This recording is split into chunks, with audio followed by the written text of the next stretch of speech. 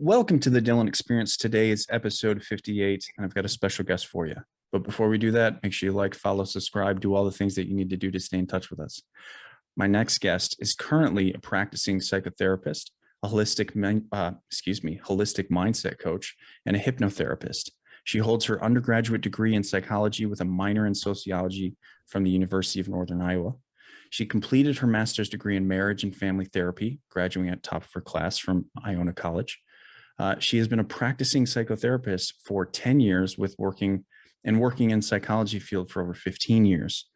She's worked in a diverse spectrum of environments and individuals, bringing her to ultimately release her national best-selling book, Therapize Yourself, in October.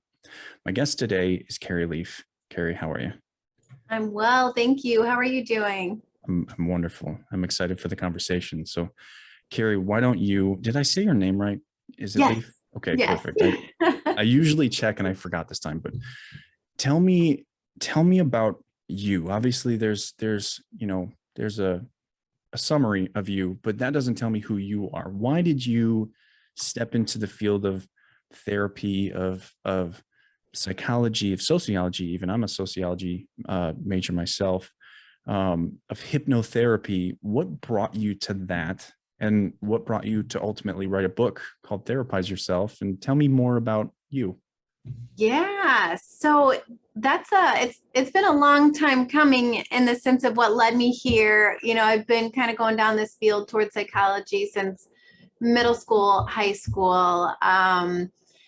Let's see, summarize, long story short, those high school years kind of recognizing the importance of my relationships with my friends. That's when friends became everything. And also at the age when, everything felt like life or death. And, so kind of exploring, what relationships mean and what friendships mean and what's good and what's healthy. And then in turn, also, that's kind of the identity, who am I stage, is beginning. And so then therefore exploring the relationship with myself as well. And just kind of hitting that point and knowing somewhere in high school, like, well, I don't really see what's more important in this life, in this world, than relationships and connection and growing and sharing with others. And so at that point in high school, I knew I would be going into the psych field. And then it just took some twists and turns along the way. And here I am. Perfect. So I know, for a lot of people, stepping into psychology is often a response to their own trauma or their own issues. That doesn't sound like the case, or is that the case? Is there past experiences there that kind of pushed you to dig into understanding people? I know that was certainly my case of like losing my dad at a young age and going through all the things, made me question my identity very young. And I always found that lingering desire to understand why. Like, why did my dad, choose to commit suicide at 6 years old, for context? But then why am I the way that I am? Kind of always presented that question of, how do I understand myself, and how do I do that also with people? So what about, like your story kind of brought you to recognize identity as a major, like focal point in your life? Yeah, good question. I wouldn't say that it was any one thing, or like we say, a big T, a big trauma. I would say, but those adolescent years, there's all kinds of little T's, little traumas, right? In the eye of the beholder, naturally. But my dad was a high school guidance counselor and a community college psych professor. So the language and the communication and the observation and self-reflection, that was just modeled for in my home in the first place. So Sure. that was naturally set there. But then I would say that my own, I would say social anxiety. It's my own social anxiety. And I don't think I recognized it at that age in my teenage years as social anxiety, but being very shy, being very, like, as what I would have thought then, just like tons of like insecurities holding me back.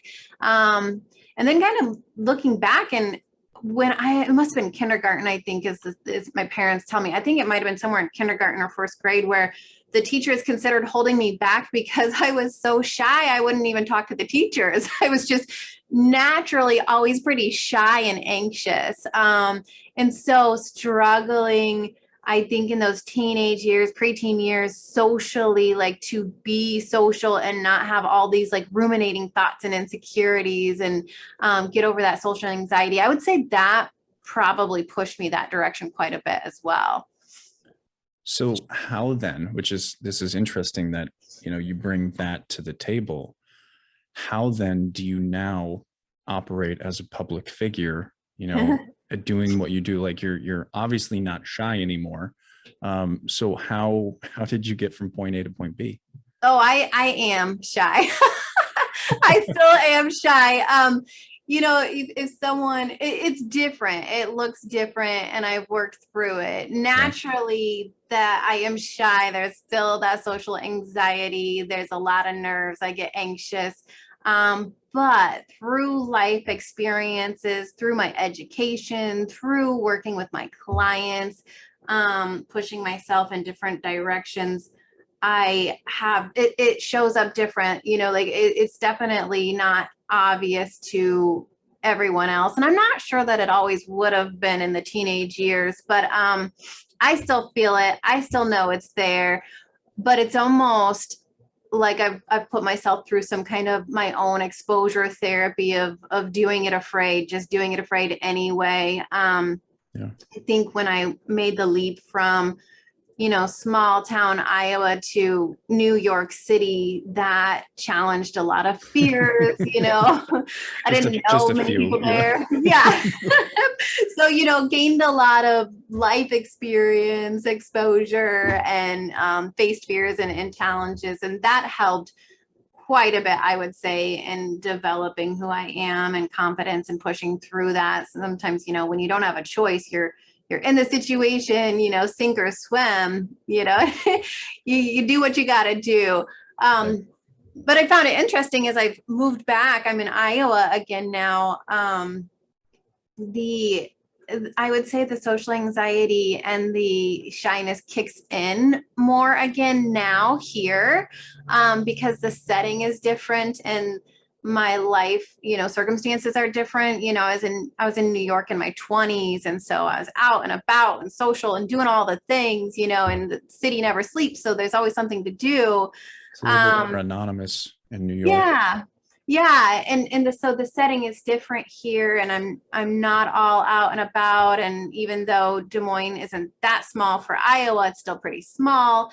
And the social anxiety kicks back in a little bit because I'm not challenging it on a regular basis anymore. So yeah, it's been interesting. So obviously you must operate on social media, I imagine. I try. Not well, but I try. So how does that, is that part of, because, I come from a place where, what I'm doing now is almost in direct contradiction to my own weakness. This is something I've kind of learned through the last 2 years. I've always been very shy, very introverted, very closed off. I've never really wanted to open up about things. And then all of a sudden in 2020, I felt like I had to write a book and I had to get on TikTok and I had to start talking about things that involve stuff that were, taboo in nature for most people. And so I started talking about suicide on TikTok, and now I'm sitting here with, 500 and some thousand followers. And I'm like, why did I choose to do that? But I'm always curious, I recognize my own insecurities in operating on social media, and looking at TikTok specifically. I really don't like making TikToks, right? I love having conversation. This is the interesting thing about the podcast versus TikTok, right? I love the podcast. It gets me relatively few views, but then I go on TikTok and I do what I do, right? And I get hundreds of thousands of views. And it's so interesting to kind of see that dilemma, because I don't like that, but I love this, right? I love having conversations, and, you can make content doing this, but it's that understanding that insecurity and how I operate. It's the sink or swim kind of thing for me with TikTok of I have to do it. But I'm curious with how you operate your business with that insecurity of that social anxiety. How do you kind of walk yourself through? Because I think intrinsically we're humans and we have insecurities. We're going to consistently have them. How do you consistently push past those boundaries?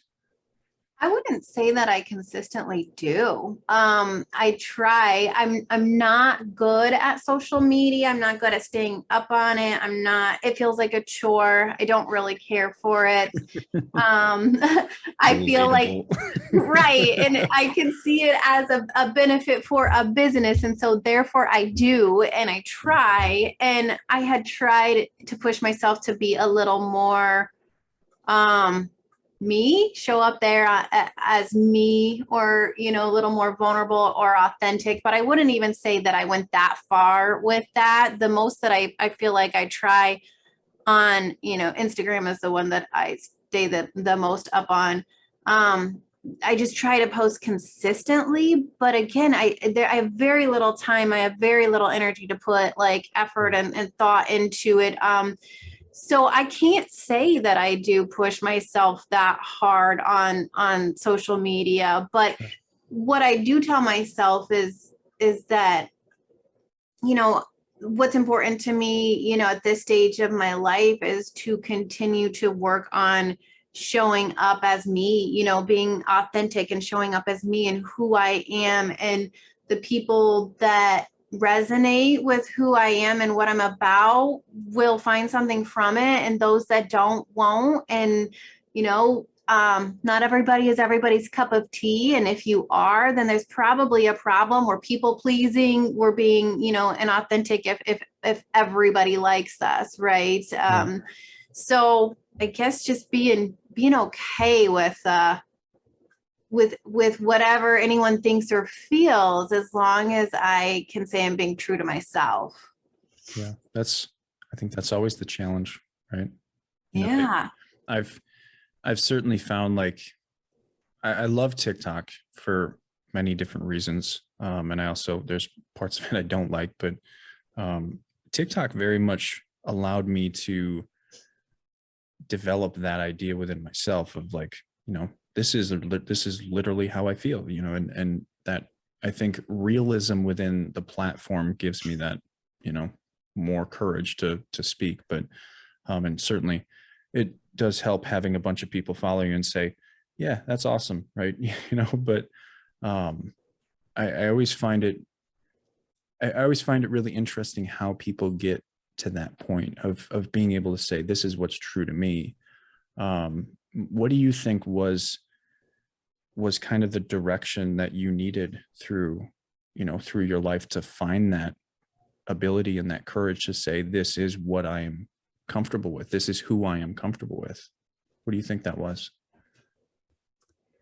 I'm not sure if that's just a combination of, I'm going to guess a combination of life experience, time and age and life experience, and failures and joys, right? We have to live and we have to experience to know what we like, what we don't like, what we align with and what we don't. So we have to have that experience, and obviously age is going to help with life experience, but you can also have life experience and never truly get out there and live. And, so that's why I include failures. We have to get out and we have to fail, and we have to see what we don't like and what doesn't work. And we have to live in order to see where we want to push ourselves and who we want to become and where we want to grow. And we have to be okay. If we want to grow, we have to be okay with being pretty uncomfortable. Which is not something I don't think anyone jumps up for joy saying, oh, I'll be uncomfortable, but some people are naturally more okay with failure or more okay with vulnerability, and I'm not. And I would say over the last 3, 4, 5 years of my life, I've almost nudged myself more towards those uncomfortable situations in the pursuit of who am I and growth and becoming who I want to be. So it's that decision to be, okay, I accept that this is going to be kind of painful and uncomfortable. But I like what's on the other side of it, or I want to go for what's on the other side of it. I have no idea if I answered your question just now.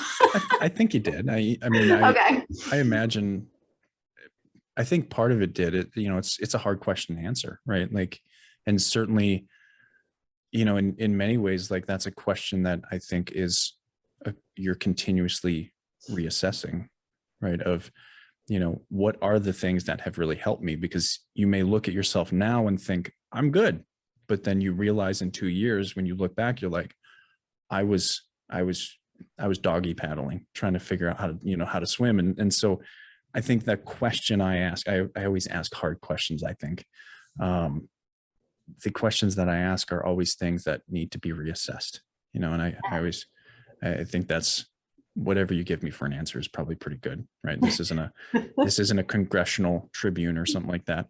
But I'm curious, like, you were talking about vulnerability in the last 3 to 5 years. I imagine that vulnerability kind of comes with writing a book, right? Mm-hmm.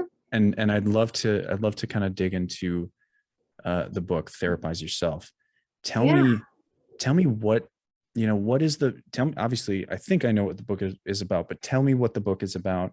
Tell me, like, what was, when you talk about vulnerability, what was vulnerable about writing that book? And what do you, I'll ask too many questions. So maybe we start with that. That's fair. Yes. Okay. The book really came about as I was kind of trying to figure out who am I and what am I doing in this world. And, when you look at businesses and people tell you, marketing and to niche down, and I don't ever know if I say that word right, but, find your niche. That's how I say it. Okay, good. And I've always struggled with that because I think in my work, I've been quite a generalist, working with a lot of different people with a lot of different things. And so I've really struggled with that because I like to do all the things and I like to have variety. And so the book kind of was, as I'm thinking and exploring, who am I and what do I do and what do I like to work with and what is my way? How do I work with people and how do I help people? And so it's really my step-by-step approach that I found myself repeating with clients day in and day out all of the time. It doesn't matter what you're coming to me for, who you are, what age, where you're from, what the issue or the problem is.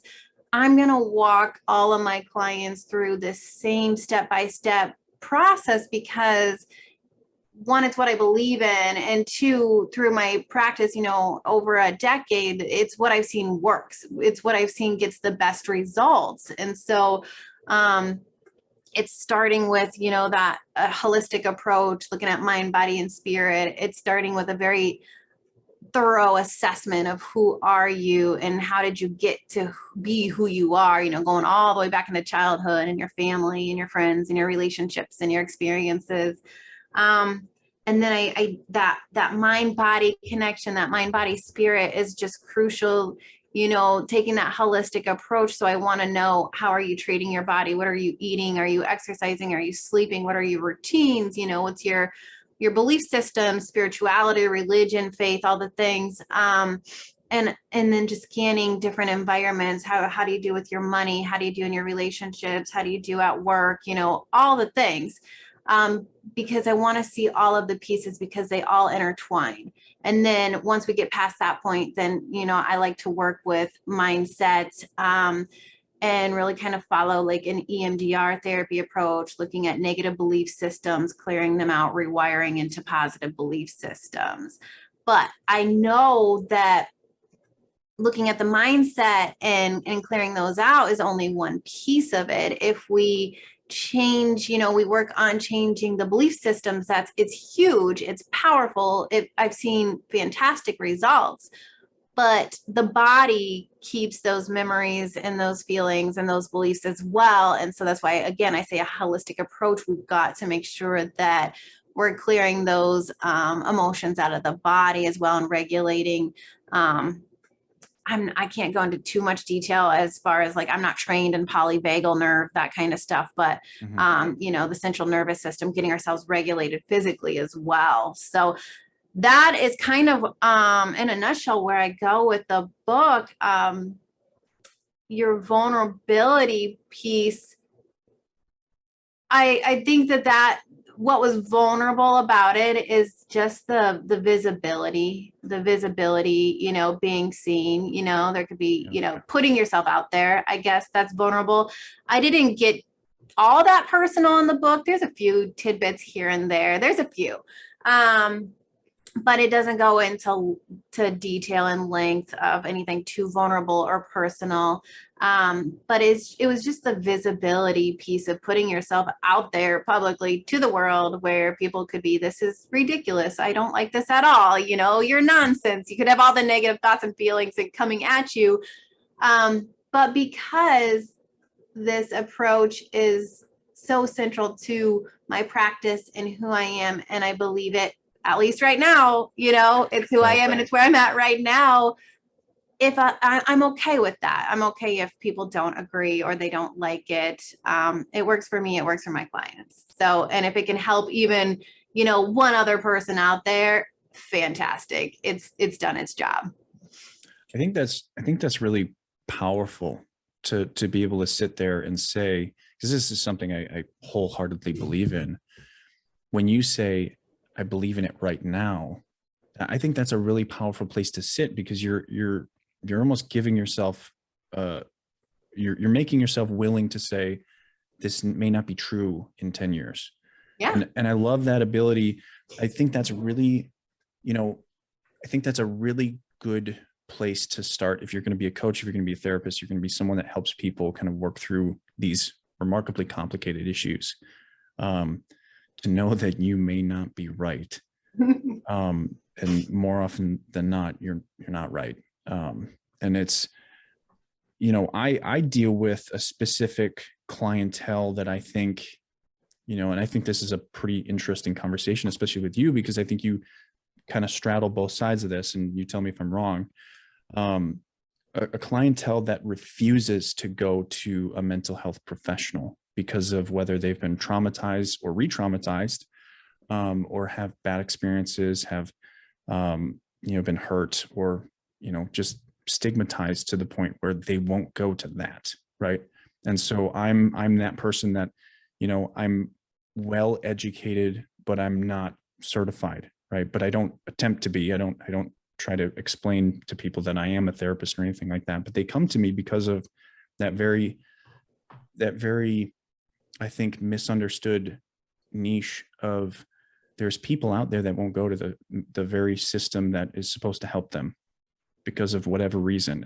And I think, and if I did my research right, you kind of straddle that with your mindset coaching, along with your, psychotherapy, as well as your, hypnotherapy. Tell me how do you notice that, there's a difference between people who are willing to go to therapy versus people who aren't? Like, do you see those people? Do you have that, how do you approach the system itself of how people kind of receive you or receive therapy itself? I know it's a big question, but take it wherever you want to. Yeah. It's messy. And I think what I'm doing, it's for a couple different reasons. I'm trying to integrate all of what you just talked about, the people that accept therapy, the people that don't. There's the stigma on it, the people that are going to feel more comfortable with coaching for whatever reason. Then there's the other piece of the system in general. We're not necessarily trained, in modern medicine in our society to integrate, the mind's over here, the body's over here, religion's over here, spirituality's over here. They're all separate in our training and how people tend to provide them. And I don't agree with that. I don't think it works that way.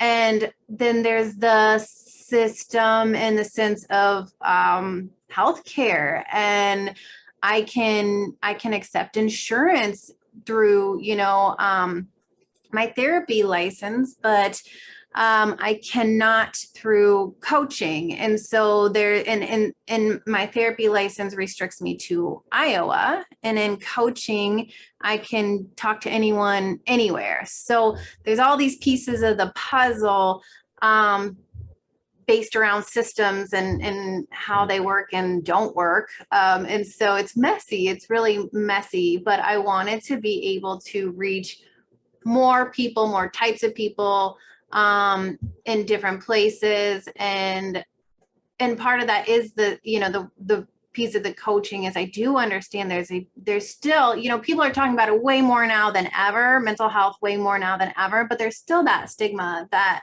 Right. I have to have something clinically diagnosably wrong with me to go to therapy. And that's just not true at all. And so, I want to reach the people that maybe are we throw out there worried, well, I'm doing okay, but I could do better. I want to be a better version of myself, or yeah, maybe I don't have clinical depression or anything like that, but I'm struggling with this career move or decision or, a relationship.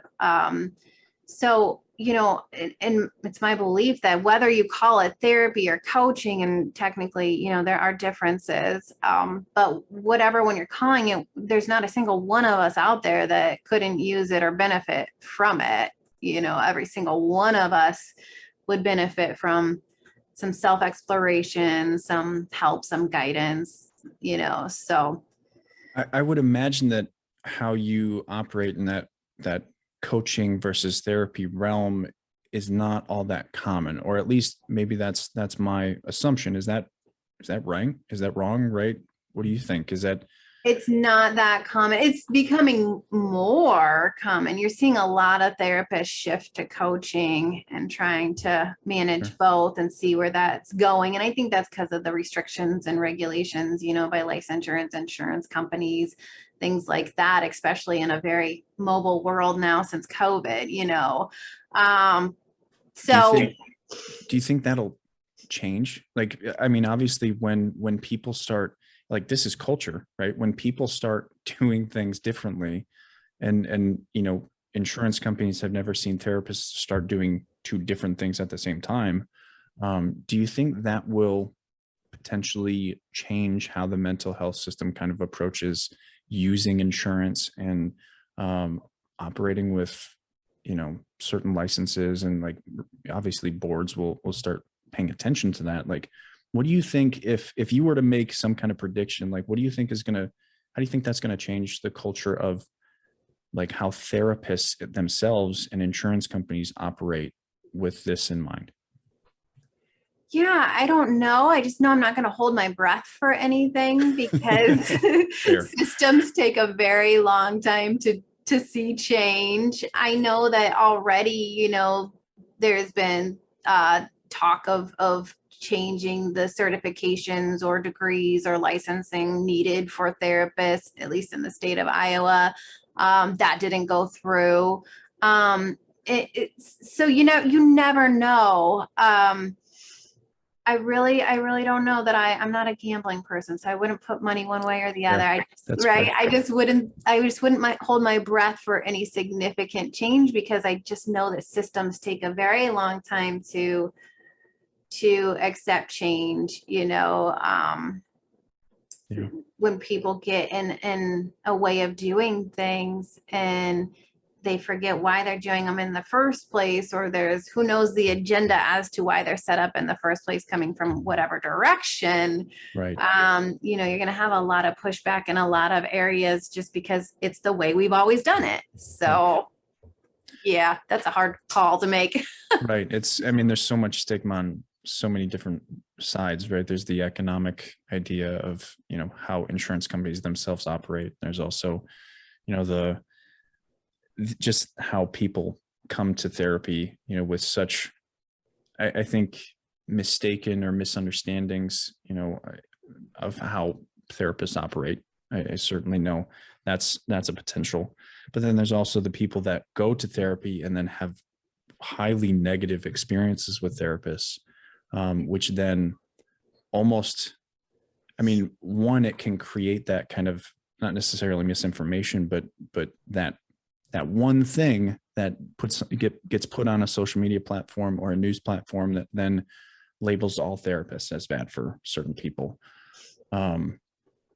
There's so many different complexities that come with that job, but I'm happy to hear that there are people like you out there, because that's the hard part about my situation, is that I only hear about the negative experiences that people have with therapists. And I know that's kind of like an unfortunate bias that I get fed.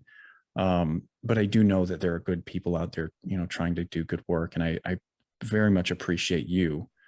Ultimately, I wish I didn't have a job, and therapists could have the work that I do, right? Because I don't necessarily want to do what I do. I know I'm good at it, but I would really love to speak and send people to you, right? To kind of emphasize and initiate that discussion with someone that probably has a little bit more qualifications than me, whether they like my style or not, doesn't matter. I want someone that really centralizes that education on it. And I imagine that the education is getting better, because it sounds like, in the past, a lot of my clients can sometimes be older, and their experiences with therapists are from a time, 20 years ago, right?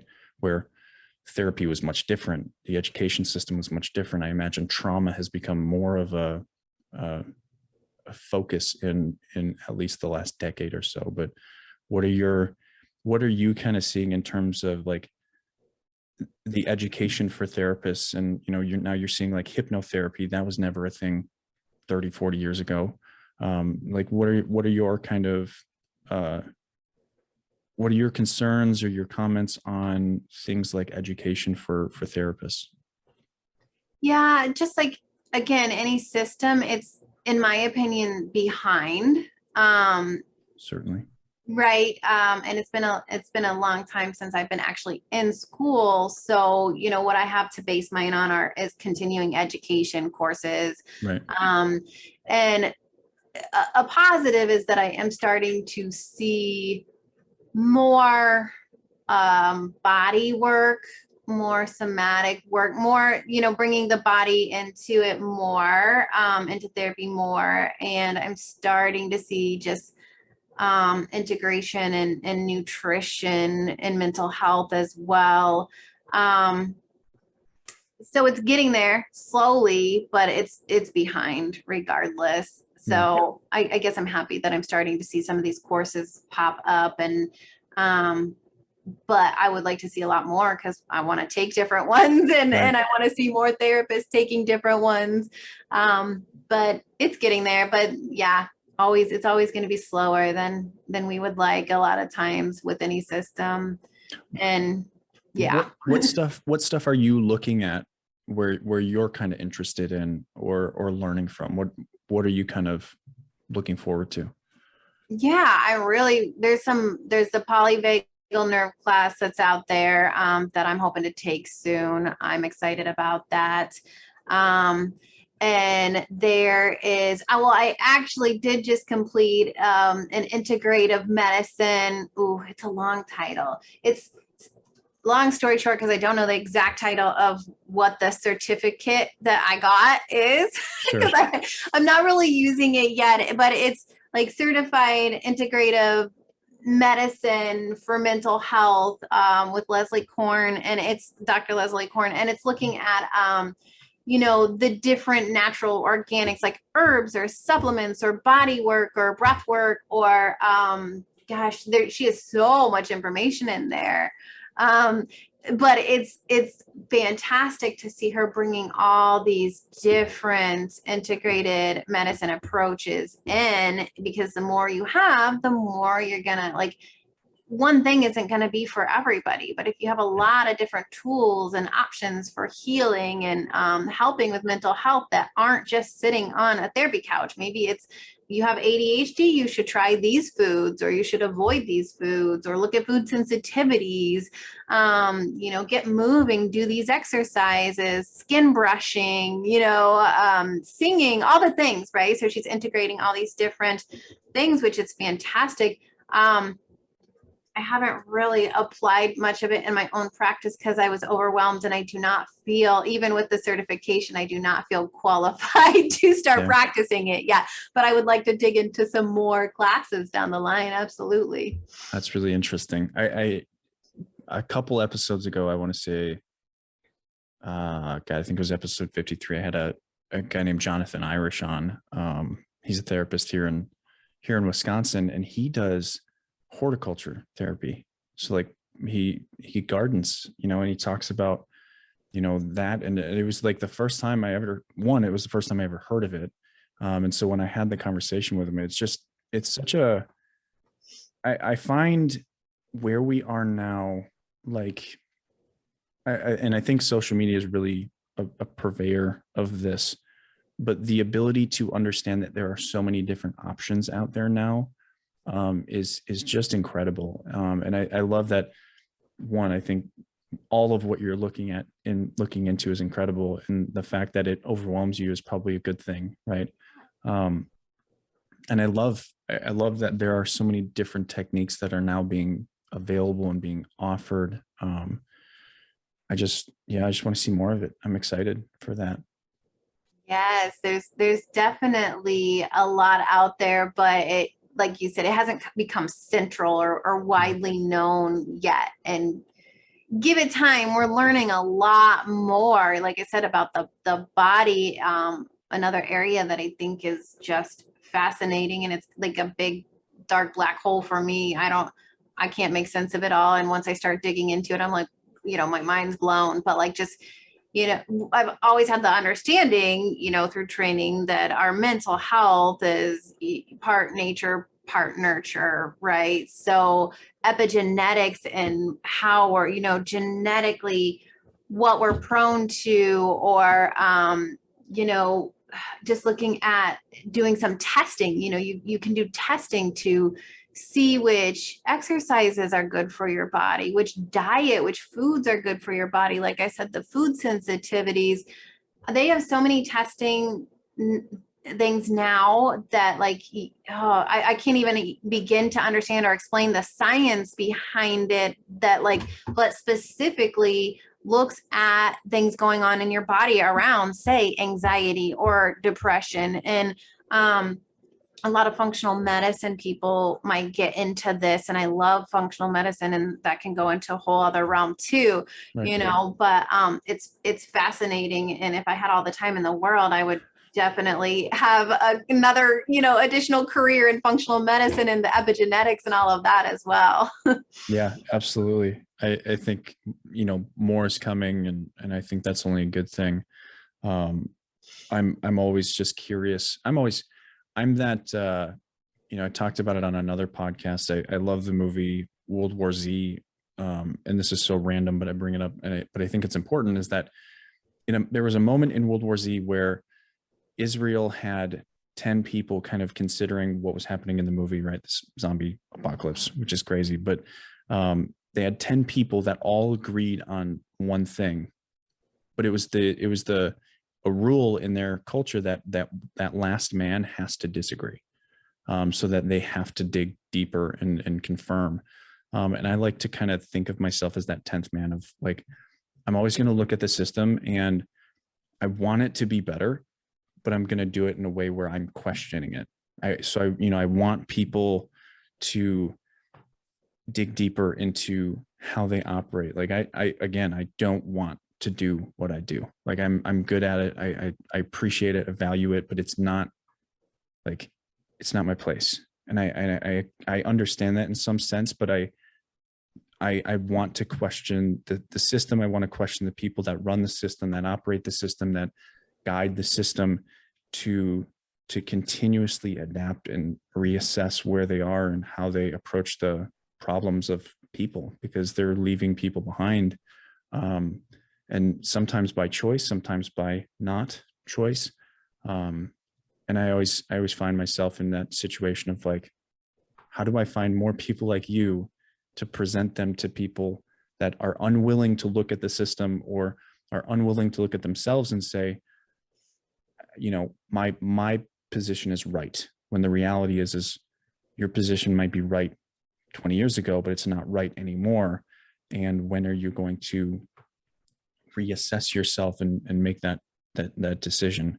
Because ultimately, I just want people to have I don't want the stigma to exist where they can go find people like yourself, you know, and I want to present people that are, I think, remarkably good for people, you know, and give them the option of like, you know, if this happened a couple of weeks ago, where one of my clients that I'm currently working with came to a session and she was like, I just scheduled a consultation with someone that was on your podcast.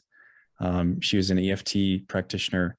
And I was like, yes, right. Like, perfect. Like, please, that's exactly what I want, because the more I can expand their ability to impact themselves and change themselves and, you know, solve their own issues, the less I have to worry about them and support them. Because, you know, ultimately I think therapy, and you tell me your opinion, but I think therapy is really about helping someone help themselves.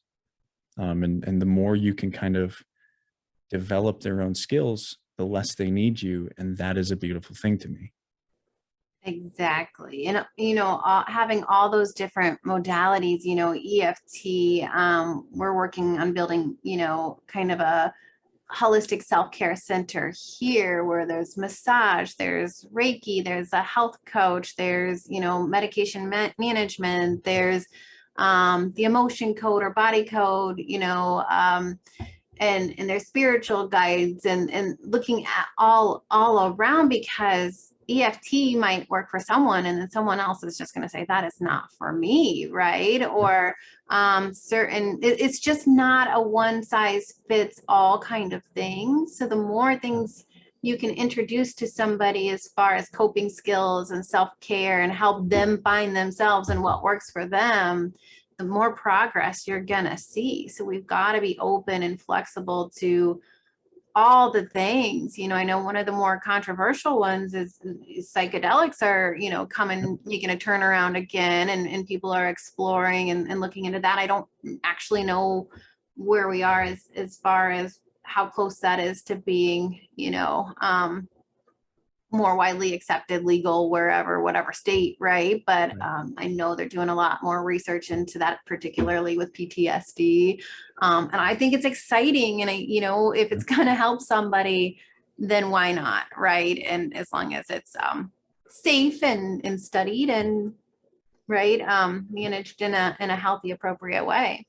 Yeah. I mean, it's interesting to see kind of how culture has transformed its vision or its opinion on things that have naturally been available to us for a long time, right? Like psychedelics have been used for millennia, really, by humans. You know, like ayahuasca is a good example. I had someone that actually has gone through, you know, trips on DMT and ayahuasca in South America for his own PTSD on the podcast before. And it's like, it's fascinating. Yeah. And yet, like, it's not something that can be approved by our government, right? Like, it's interesting to see how that stuff works. And just like the aversion to natural drugs, but the non-aversion to drugs that have been manufactured that have actually caused harm to people.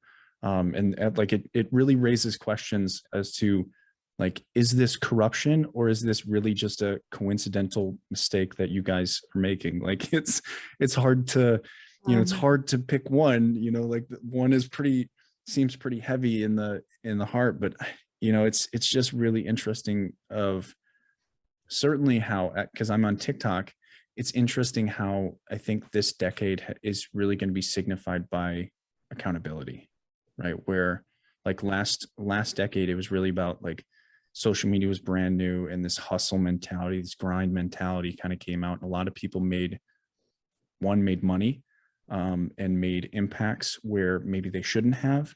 But this decade, people are kind of looking at, who has made money, who has made their impact, who has done stuff that they shouldn't have. And people are starting to look at politicians. They're starting to look at the systems. They're starting to look at people, leaders, and saying, drug companies, why did you make money off of this knowing full well this was a problem? And it's just a really interesting kind of situation, I think, for social media to be in. And for us, it's going to might be fun to watch. And I like that accountability piece, because if we're either not holding ourselves accountable or someone else accountable, then it's just a free for all, right? Like, yeah. And we're not working with the truth. So yeah. I definitely like that idea of accountability. I think it's going to be scary for some people. I think there's going to be, I think it's going to be really interesting to see what happens in the next decade with, one, the political system, because that's just, it's in an interesting state, we'll leave it at that. But like the medical system in general, is in a really interesting state because of how, there's literally accounts on TikTok that are set to say, hey, hospitals, why are you not posting your prices? That was supposed to be posted a year and a half ago, because that's when the law came out, and you're still not doing it. And like, people are actively holding massive corporations and people that are making a whole lot of money accountable for actions where they're supposed to be taking care of people, but they're really taking care of themselves, right. and looking at like, why are hospitals or drug companies, putting out so much marketing funding, but they're not putting any research funding in place to, test these drugs that are coming out. And so it's an interesting situation. Culture's in a very interesting place right now. Yeah. And as far as mental health, we have so many tests out there right now that somebody, and this isn't necessarily my area, so I can't speak that, educated on it, but I know there are tests out there where people can find out which maybe psych meds would work the best for them and which would not. But why aren't we using them? Why aren't psychiatrists, why do my clients not know this until I let them know? And then they need to go find the test themselves. Right. Like, right. I'm one of those people that I try to understand the system as best I can, but I never knew that. Right. Like, why is that not more readily available? Why is that not something that can be, why is it not the first step? Because right. The process, I've had this, kind of love-hate with psych meds, because when they work and they save lives, but so much more often than not, they are a struggle to get on and get off and see if they work, and they don't, and what dose. And then they have these side effects and the interactions, and then that one didn't work. So, 2 months later, we got to go to the next one. And it's this kind of painful journey, when we could just take a test and see right. which genetically this medication might work the best for you. I know some of it's still a guessing game on some level of, how well and that kind of thing. But how do you, do you mind if I ask you, and I, obviously you don't necessarily have to answer, obviously with your, proprietary, I don't know how insurance works or how you have to work within licensing, but how do you approach drugs with your clients? Is that something that, are you, tell me how you approach that. I don't want to lead the question too much. No, I kind of do exactly what I just said. The clients that come to me are generally seem to be, on the same page anyway. If they read my bio, they see I take a holistic approach. These are the things I focus on, and I'll let them know I have this love-hate, relationship with medications. They're my last resort. I'll let them know they're my last resort. So if we can, I say it depends on level of severity of their symptoms and where they're at, though, right? So if somebody is coming to me and their symptoms are in a place where, hey, can we give it 3 to 6 months? 3 to 6 months, let's try to work on things in here. Let's try to work on your diet, your exercise out there. Let's try to, like, integrate all these things and see where you're at. And if we don't have much progress, maybe we talk medications in 3 to 6 months. But if you're coming to me and you're having panic attacks every single day, you're going to lose your job, you can't get out of bed, we might jump straight to medications to just, that crutch, that bridge to get you to where we need you to go, functioning while we work on, all of the other things in therapy. So that's kind of my little spiel, and I'll let them know, but I'm going to meet somebody where they're at as well. Right. It doesn't seem like you, and this is one of the things I think a lot of my clients have struggled with the mental health system and therapists, is that it seems like you're not the kind of person that is going to prolong the use of medication for like a ridiculously long time, which is one of the things that so many of my clients have like sworn off the mental health system simply because they had therapists and people that were prescribing them medications that weren't taking them off. They would increase them when side effects got worse. Like it's just an interesting, it's refreshing to hear you kind of talk about this, but there's certainly people out there that don't do what you're doing. And I can't speak for all of them, but I would probably say training has a lot to do with it, and then being stuck in their ways. But no, if I don't want anyone on medications if they don't have to be, but I do understand there are some diagnoses, there are some things that the medication it does wonders and it's life-saving. I've seen people get on ADHD meds and just they're functioning so much better, or bipolar, that's helping them level out, so I understand it if it helps, by all means, but if we can get you off of the meds or never go on them, that is my preference. I'd prefer, I'll suggest, but I would prefer that people would go to a functional medicine provider first. Let's see if you have any food sensitivities. Let's see how your body's functioning. Is there somewhere that's not working? Is your body a well-oiled machine, or is something clogged up there, basically? How are you sleeping? Let's see if we can get your sleep under control first. Let's cut out sugar, caffeine. Like, let's do all these things. Let's get on supplements. We're all like vitamin D deficient, are you taking vitamin D? Like, let's look at these things first. And a lot of times then we never have to circle back to the medication route, but sometimes we do. And that's perfectly okay. I think under a controlled, in a controlled environment that's monitored, I think that's one of the things I've always heard pretty consistently is, it was never, it's always interesting when someone comes to me and they're like, I've been on this medication for like 4 years and I feel terrible. And I'm like, why has that not been addressed? Like, if you feel terrible on the medication, why, like, maybe there's a problem. Like, like, where's the reassessment? It's always interesting to me to hear these stories because it's so common. I make a piece of content about, medications, and people will tell me like, this is my experience, benzodiazepines and this and this and this and this. It's like, wow, like what, like there's no, it almost seems like, you walk in and it's more of a pharmacy than it is a development session, right? Where, not to say it's their problem, right? It's really I think it's really on both people, because it's a relationship where one person has to advocate for themselves and say, is this even working? And the other person has to monitor and say, is this even working for you? Right. Yeah. And I just think the conversation for some reason is just obviously not getting through to certain people, but it's really refreshing to hear a good therapist.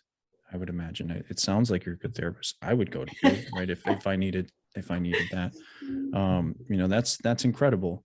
And I love it. Is there anything like, what are you kind of working on for the future? I think you mentioned, like a holistic center? Like, what are you kind of working on for the future? Where are you taking your practice? Where are you taking, yourself? Like, are you thinking about another book? Like, what's next for you, Carrie? All good questions, and my brain's circling around all the things you just listed, excuse me. But yes, I've thought about another book or two. But I don't consider myself a writer. Like I'm not I'm not a writer. But I got things to say. So, Yeah. so maybe, but I would say personally, I'm more working on continuing my work-life balance for the season of where my life is right now, because I have all these things that I would like to do, but I also have a full caseload of clients, which is fantastic and, a good problem to have, right? But so then there's a full caseload, and I have my family and my husband and 2 4-year-old twins at home, and 2 boxer dogs, and a house to maintain, Yep. and my Life. own self-care. Yes, all the things. And so my personal focus is on trying to balance that. But my professional focus in general, I would say right now, is everything that we just talked about, trying to make that even more. It's one thing to talk about it, but I'm trying to, and it's what I practice and I talk about with my clients all day, every day, but I'm trying to make that more central to who I am in my company, my business, by, like I said, bringing in, kind of making that one-stop shop of, we've got all these people and these amazing providers, these holistic providers, integrating all these providers into this space, because it's that soft, warm handoff, because you're even talking about meds. And I'm thinking, well, if I'm referring my clients to med management, I need to know who I'm sending them to, because Right. we got the people that will just dole out the meds. I need to send them to somebody that not only, obviously is going to prescribe the meds, but it also is going to stress and emphasize the importance of therapy and exercise and all the other things, right? And not just give the client the impression that these meds are the one ticket and the answer, because it's never one thing. It's all the things. It's Right. all the things. That one thing will not heal us, but it's all the little things that we build up and we, balance out in our lives that is going to make the difference. And so I want to have that space here. So I'm rebranding into the self-care center and have that space for all of those different holistic and integrative providers, so that we can have warm handoffs. I know this person, just walk right down the hall, give it a shot. Maybe it's for you, maybe it's not, but, try it out and see if it is, and maybe introduce people to new options for their self-care and their coping skills, because we all got problems. We all got problems in this life. We all always will have problems in this life. It's going to come down to how well are we equipped to handle them. Yeah.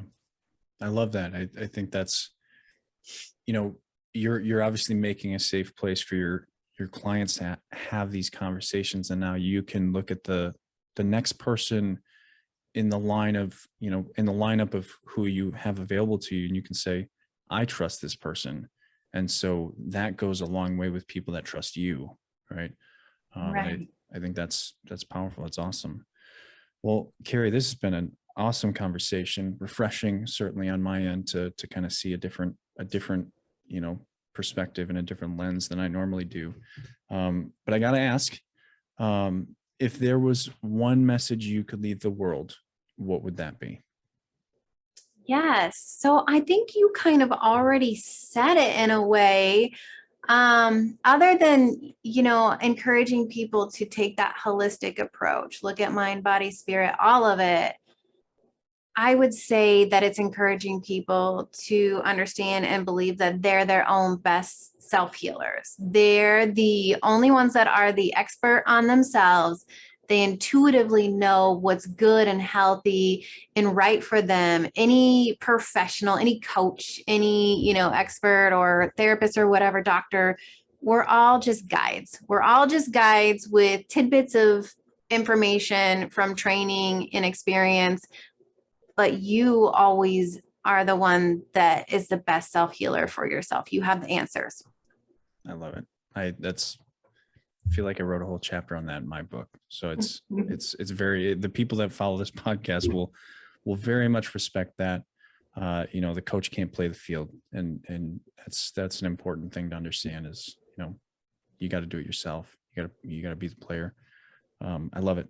Well, Carrie, this has been wonderful. I'm so glad you were able to come on and for us to have this conversation, and I greatly appreciate you coming on. Yes, thank you for having me. It's been my pleasure. It's been good. And for those of you that are still listening, thank you for still listening, and thank you for joining us. Make sure you go check out Carrie's links in the description. They'll be in the show notes for you. And we'll catch you next time on the Dylan Experience. And that is it.